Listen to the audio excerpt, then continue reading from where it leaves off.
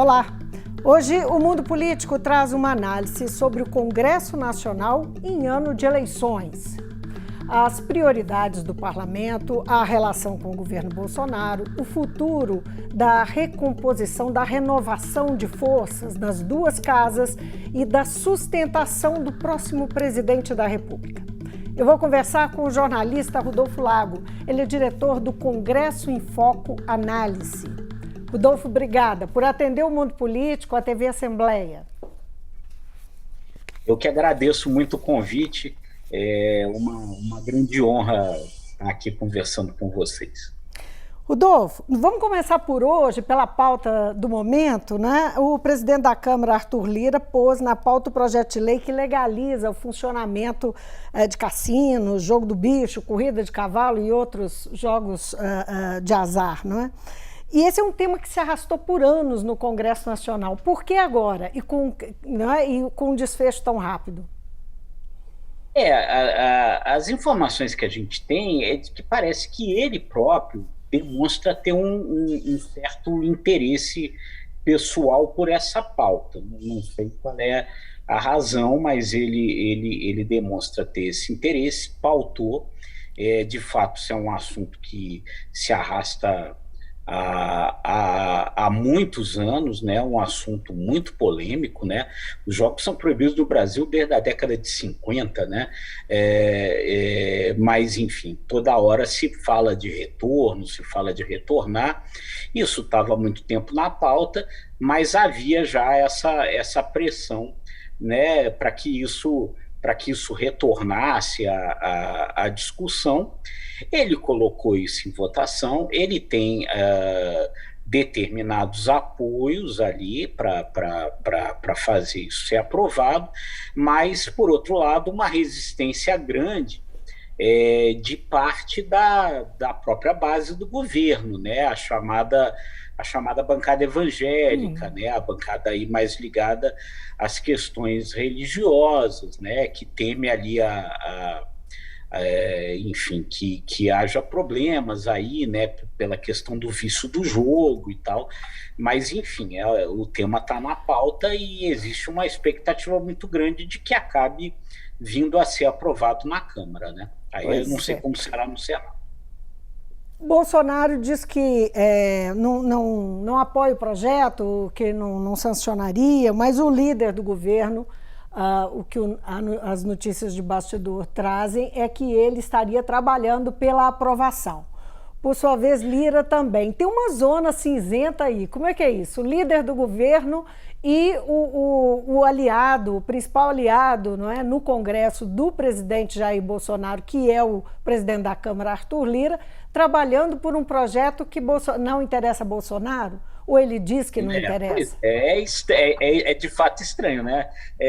Aí o que se comenta é que você tem aí uma situação meio de jogo jogado, né? Enfim, o presidente veta e, ao vetar, ele dá ali uma satisfação para essa base dele que é contrária, né? Derruba-se o veto e o presidente aí não fica tão mal assim na fita com os seus apoiadores, né? É o que está se comentando. A verdade é que, de um tempo para cá, né, no que diz respeito à pauta legislativa, ela está sendo toda definida ali pelo Centrão, né? Ali pelo presidente da Câmara, Arthur Lira, né? Com pequena capacidade, de fato, de intervenção do governo, né? O governo entregou meio que uma carta branca ao Centrão, ao Arthur Lira, para a definição dessas questões, né? Foi por isso, por exemplo, que a atualização do Código Penal Militar não passou o excludente de licitude, que era tão importante para o governo, foi aprovado na semana passada, mas sem o excludente de licitude, que era uma questão do Bolsonaro, pessoal, não é? A pauta do Congresso não tem sido já há algum tempo a pauta do governo. A pauta do Congresso Desde quando, Rodolfo? Desde quando? Centrão. Quanto que é o marco disso? o marco disso me parece que é ali o momento em que o presidente começou a sentir uma certa fragilidade. Existem mais de 100 pedidos de impeachment, né, do presidente Bolsonaro. Né? Então, ao longo do tempo, para evitar que esses pedidos andassem, o presidente foi mais e mais cedendo espaços, né, ao Centrão nesse processo. Né? Quando presidia a Câmara o ex-deputado Rodrigo Maia, né, você tinha ali uma posição de maior independência da Câmara. Com a entrada do Arthur Lira, você teve, então, a ascensão do Centrão a esse centro do poder, e você foi vendo isso, né? Quer dizer, esse poder cada vez mais ser transferido, né? E aí o ponto principal de transferência desse poder é quando se transferiu a ele a definição sobre o orçamento, né? Com as chamadas emendas RP9, as emendas de relator, que compõem aí o que se convencionou chamar de orçamento secreto, né? A definição disso passou a ser da Câmara, passou a ser do presidente da Câmara, né? Num momento aí mais recente, né? O presidente chegou a fazer um decreto alterando também isso internamente dentro do governo, passando a dar ao ministro da Casa Civil, Ciro Nogueira, que é um senador, e é do Centrão, né, um senador do PP, dando a ele o poder de fazer essa definição da destinação orçamentária, tirando isso da mão do ministro da Economia, Paulo Guedes. Né? Então, hoje você tem esse poder muito mais, cada vez mais, na mão do Centrão, e num processo, né, onde isso pode vir a ir crescendo, independentemente até de quem venha a ser o próximo presidente da República. Né? Eu acho que é bom a gente prestar atenção nessa discussão que o presidente da Câmara faz, né, e que tem apoios importantes, tem apoio, por exemplo, do ministro Gilmar Mendes, do Supremo Tribunal Federal, né, de adoção do que ele chama de regime semipresidencialista, que a gente também poderia chamar de regime semiparlamentarista, né? Quer dizer, que justamente seria um passo a mais nesse aumento do poder do legislativo na tomada de decisão, né? É uma coisa que o Arthur Lira fala que trabalharia para uma implementação a partir de 2030. Mas isso vai avançando paulatinamente, né? Agora é curioso porque Bolsonaro assume o governo em 2019 justamente rechaçando uma relação que vinha se repetindo ao longo dos governos, não é? Uma relação com o Congresso baseado no presidencialismo de coalizão, quer dizer, forma-se aquela base que é sustentada por uma série de partidos, não é, que sustenta o presidente da República com uma série de partidos.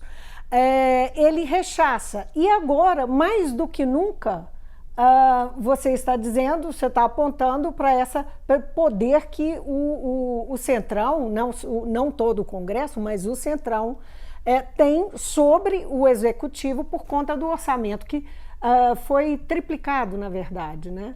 Esse orçamento, essas emendas parlamentares foram triplicadas. Isso aí é uma leitura mesmo que eu queria que você fizesse. A gente pode falar que isso é uma mera ironia ou está para além da ironia? Uma coisa está relacionada à outra? Uma coisa aconteceu porque primeiro ele agiu dessa forma? Eu diria que talvez um instinto de sobrevivência, né? Quer dizer, a partir do momento que o presidente foi se tornando absolutamente refém desse grupo político, né? Quer dizer, no começo, quando você tinha ali no começo do governo Bolsonaro, você tinha ali uma clara divisão entre grupos, né, que estavam no poder, né? Você tinha um grupo mais ideológico de direita ali ligado, né? As pessoas ligadas ao falecido Olavo de Carvalho, né, formavam um grupo. Você tinha o grupo dos militares, que formava outro grupo, e esse grupo político. Ao longo desse tempo, o grupo político foi ganhando cada vez mais força. O grupo olavista, ele na verdade, na prática, nesse momento, deixou o primeiro escalão do governo. O governo já não tem mais nenhum ministro ligado a esse grupo, e esse grupo político específico, mais especificamente ligado ao Centrão, foi ocupando os espaços, né? Um terreno que era preservado até um tempo atrás era o da economia e não é mais preservado a partir dessa decisão de entregar a destinação orçamentária para o ministro da Casa Civil, né? E a gente vê o tempo inteiro, a gente percebe o tempo inteiro que ultimamente o ministro Paulo Guedes, o ministro da Economia, vem perdendo todas as batalhas, né? Ele perdeu a batalha dos precatórios, ele perde boa parte da batalha dos combustíveis, ele vai tendo cada vez menos capacidade de decisão dessas coisas, e isso passando mais para o Centrão. Tanto que, numa entrevista ontem, o ministro Paulo Guedes chegou a dizer que ele poderia não voltar numa eventual reeleição do presidente. Agora, Rodolfo, você mesmo mencionou numa coluna como quem está articulando, quem está trabalhando aí nas articulações das candidaturas e na possibilidade de fechar federações, né, essas alianças, esses acordos baseados em federação, pode ser importante, essas decisões podem ser importantes para garantir governabilidade do próximo presidente da República. Isso se aplica só ao Lula, que está entrando com esse arranjo de sustentação do Bolsonaro aí articulado dentro do Congresso, ou, não é, se entrar, naturalmente, se for eleito, ou isso se aplica ao Bolsonaro também, ou qualquer um candidato que está aí na disputa, né, pela presidência. Como é que você vê esse cenário, a importância que pode ter a articulação, fechar o pacote antes para tentar formar uma base que enfrente essa realidade que existe hoje no Congresso? Olha, o Bolsonaro, independentemente de federações ou não, ele já tem um bloco fechado, né? A dúvida é a gente dizer se esse bloco fechado é um bloco fechado com ele ou um bloco fechado em si mesmo, né? Que é o Centrão, né? Então, talvez aí, dentro desse bloco, não haja muito hoje essa discussão a respeito de formação de uma federação, né? No caso do Lula, embora essa seja uma discussão complicada, difícil, a gente está vendo na prática como essa discussão aí em torno de formar uma federação, ela é complicada. O presidente vai ter hoje um encontro importante, né? O presidente não, perdão, o candidato à presidência pelo PT, Luiz Inácio Lula da Silva, tem um encontro hoje importante para definir essa coisa com o ex-governador de São Paulo, Márcio França, né? Aí, quer dizer, o que parece passar na cabeça do Lula com relação a isso? A formação dessa federação, a formação desse bloco, talvez desse a ele um certo conforto, caso ele venha a ser eleito e passe a governar o país a partir de outubro, a partir de janeiro do ano que vem, no sentido de ele ter um bloco que vai atuar durante os próximos 4 anos como um partido só,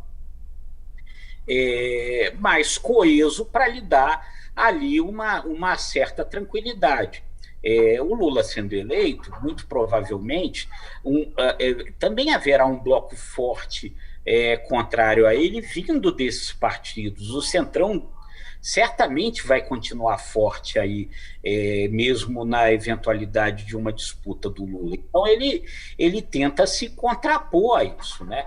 E um outro bloco que está se discutindo, que está fora, em tese, fora desse jogo entre Bolsonaro e Lula, é esse bloco entre MDB, PSDB, União Brasil, que também está discutindo essa possibilidade diante justamente desse crescimento do Centrão. Quer dizer, esse bloco desses partidos, MDB, União Brasil e PSDB, que são também partidos de centro, eles temem a perda de poder dentro do Congresso para o Centrão, especialmente poder nessa determinação orçamentária. Então, eles acham interessante discutir a possibilidade de formação de uma federação para eles virem também com alguma força, com alguma capacidade de influência nesse debate político, nesse debate legislativo aí a partir do ano que vem, né? Agora, eles sabem da importância, então isso, você acha que isso está claro na cabeça de quem está fazendo as articulações, das lideranças e tal? O problema é realmente esse alinhamento vertical, né, nacional, você ter um só candidato à presidência e submeter regionalmente, né, os partidos a às mesmas candidaturas?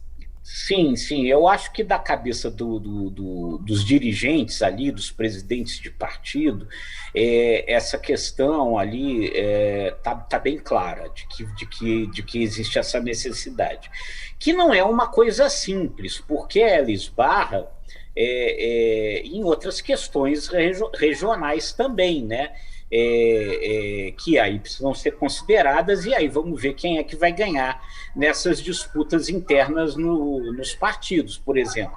No caso ali do PT com o PSB, a gente vê ali diversas questões regionais que atrapalham a formação da federação, né? O caso do Espírito Santo, onde o governador do Espírito Santo, Renato Casagrande, é contra o apoio ao Lula, então ele se coloca contrário à federação. Tem a própria questão de São Paulo com relação a quem vai ser o candidato a governador, se vai ser o Fernando Haddad do PT ou se vai ser o Márcio França do PSB, né?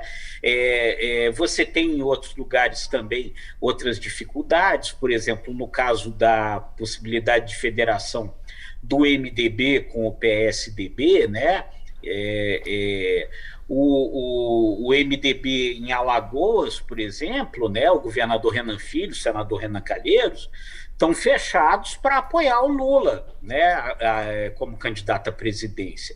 Então, certamente, eles se colocam contrários à possibilidade de formação de uma federação com o PSDB para vir a apoiar, eventualmente, uma candidatura do João Dória. Então hoje você está vivendo essa coisa de um embate entre os interesses maiores nacionais desses partidos e os interesses regionais aí que atrapalham a formação dessas alianças, né?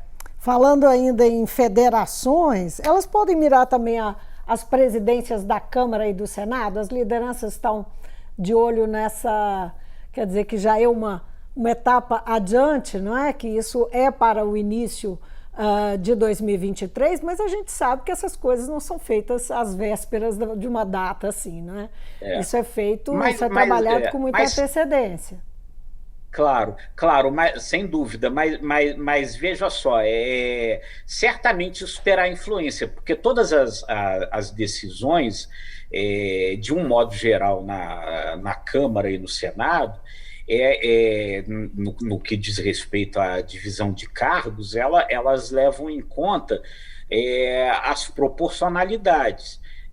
Então, esses partidos formados em federação, eles formam uma bancada só. Então, a proporcionalidade, quando se for discutir aí os cargos da mesa da Câmara, né, as comissões, né, elas vão levar em conta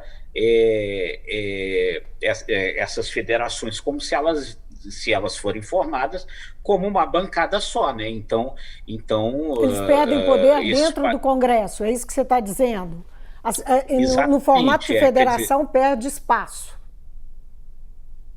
Não, na verdade, não é que perca espaço, até de certa forma ganha espaço. Quer dizer, se o PT, o PSB, o PCdoB e o PV formam uma federação, nos próximos 4 anos, eles formarão uma bancada só. A bancada da federação é a soma desses partidos. Se União Brasil se formar federação com MDB e PSDB, isso será também uma bancada só pelos próximos 4 anos. Então, na hora de você discutir proporcionalmente os cargos, você discutirá proporcionalmente os cargos com a soma desses partidos formados em federação. Quantos deputados tem cada um, enfim. Exatamente, né? Exatamente. Essas federações, falando de presidência, de Câmara e Senado, né, podem alcançar essa questão também, e isso tem influência. Agora, falando especificamente sobre o Lira e o Pacheco, né? Ambos, tanto o presidente do Senado quanto o presidente da Câmara, têm interesse em serem reconduzidos, não é? Como é que você vê as possibilidades de cada um, né?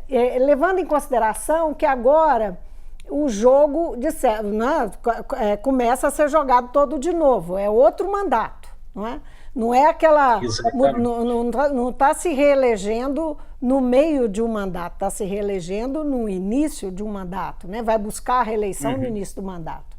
Qual que é o desafio para eles? Passa também por essa formação de federação ou não formar federação? Não, com certeza. Passará, né? Quer dizer, eles podem vir a disputar a reeleição, mas isso daí certamente fará com que esses partidos ali, digamos, se unam para decidir em quem votarão, que escolhas irão fazer, e certamente isso vai interferir no quadro, né? Quer dizer, o tamanho das próximas bancadas, quem é que vem forte, quem não vem. Então, o Arthur Lira, principalmente, trabalha hoje claramente para tentar a reeleição. O Rodrigo Pacheco, a gente sabe menos, porque, pelo menos em tese, ou pelo menos até esse momento, o Rodrigo Pacheco é um pré-candidato à presidência da República pelo PSD, né? Se ele vier a disputar a presidência da República, ele talvez aí saia um pouco desse jogo da reeleição. Por outro lado, claro, ele continua, ele tem mandato, ele pode, mesmo derrotado numa eleição presidencial, vir a disputar a presidência do Senado novamente. Aí eu acho que a coisa ali com relação ao Rodrigo Pacheco, ela pode estar muito relacionada, às possibilidades dele, a algum tipo de acerto que o PSD venha a fazer com o Lula, caso o Lula venha a ganhar as eleições em outubro, né? Se fala dessa possibilidade do PSD dar apoio ao Lula, né? Seja já a partir do primeiro turno, seja pelo menos no segundo turno, e aí pode haver algum tipo de arranjo, né? No qual em troca desse apoio, se mantenha o Rodrigo Pacheco na presidência do Senado, né? E aí talvez a expectativa é que o Lula de alguma forma tente derrotar o Arthur Lira na Câmara, né? O Arthur Lira daí tenta fazer agora o seu jogo para que ele siga tendo força, independentemente de vir a ganhar ou não ganhar a reeleição o Bolsonaro, né? Com a força que ele conquistou junto a essas bancadas dentro da Câmara, junto ao Centrão, né? Rodolfo, só para a gente não deixar de tocar nisso, existia desde que Bolsonaro se elegeu, o Guedes, o ministro da Economia, Paulo Guedes, e o próprio Bolsonaro vinham prometendo uma série de reformas, e muitas ficaram pelo caminho. Existe e a reforma tributária, que é sempre uma questão, não é, permanente, uma discussão permanente que volta, né, sistematicamente à pauta, continua, enfim, indefinida, passou fatiada na Câmara. Hoje mesmo o Lira estava cobrando do Rodrigo Pacheco que fosse votada no Senado. Como é que ficam essas pautas de reforma que o governo acenou e tem alguma chance de sair alguma coisa ainda esse ano, em ano eleitoral? Olha, a gente faz lá no Congresso em Foco uma pesquisa trimestral com 70, toda vez com 70 líderes importantes da Câmara e do Senado, justamente para medir essas tendências, né, enfim, para o rumo lá que as coisas deverão ser tomadas. Pela última pesquisa que a gente fez no final do ano passado, a expectativa que ficou ali, vinda dos próprios parlamentares, é de que é muito difícil que algo que a reforma tributária venha a ser aprovada ainda este ano. Os parlamentares nos disseram nessa pesquisa que acham que, muito provavelmente, o tema vai vir forte no início do próximo governo, qualquer que seja o próximo governo. E aí é possível, acham eles possível, que, afinal de contas, a gente tenha essa reforma tributária que se fala tanto há tanto tempo. Esse ano a coisa fica muito complicada. Eles acham muito difícil que se vote um tema desse em ano eleitoral. De qualquer modo, a coisa está pautada no Senado, né? Não o projeto que altera somente o imposto de renda, esse está mais parado, esse ficou meio congelado lá no Senado, mas o projeto, que é um projeto mais amplo, né, que é a PEC 110, né, que faz uma reforma tributária mais ampla, cria ali o imposto de valor agregado, né, reúne ali uma série de impostos ali num imposto só. Esse daí está pautado, o relatório do senador Roberto Rocha, está pautado para ser lido na Comissão de Constituição e Justiça amanhã. O que não garante que ele vá andar. Isso daí já foi, inclusive, dito ali pelo presidente da CCJ, o senador Davi Alcolumbre, que o projeto deve ser lido, mas os senadores devem pedir vistas dele, o que vai adiar ali a apreciação por um tempo. Depois ali tem que ser votado na CCJ, ele tem que ser votado no plenário, depois ele volta para, né, tem que ser votado em 2 turnos no plenário, né, do Senado, se aprovado, volta para a Câmara. Existe uma disputa entre Câmara e Senado, porque a Câmara defendia mais o projeto fatiado do imposto de renda e o Senado, o senador Rodrigo Pacheco, mais essa PEC ampla. Então a gente não sabe se essa disputa não faria essa PEC, ao chegar à Câmara, ela patinar de novo, né? Se é que ela vai vir a ser aprovada ali no Senado já esse ano, né? E tem problemas, porque mesmo na PEC ainda tem problemas, governadores, prefeitos que colocam ainda questões com relação à PEC, alguns meios de empresários não gostam de determinados pontos da PEC. Fazer reforma tributária é sempre uma coisa muito complicada. Por isso, essa impressão que foi passada nessa pesquisa que a gente fez no final do ano passado, de que esse seja um tema mais para o próximo governo. Um governo que chega novo, que chega fortalecido, né? Um Congresso também renovado, aí de repente você tem um ambiente mais propício a fazer uma discussão dessas andar, do que você tentar fazer isso no último ano, um ano eleitoral, com todas as dificuldades que o ano eleitoral sempre tem, né? Rodolfo, foi um prazer conversar com você. Muito obrigada pela sua participação aqui no Mundo Político. Eu que agradeço muito o convite, estou à disposição sempre.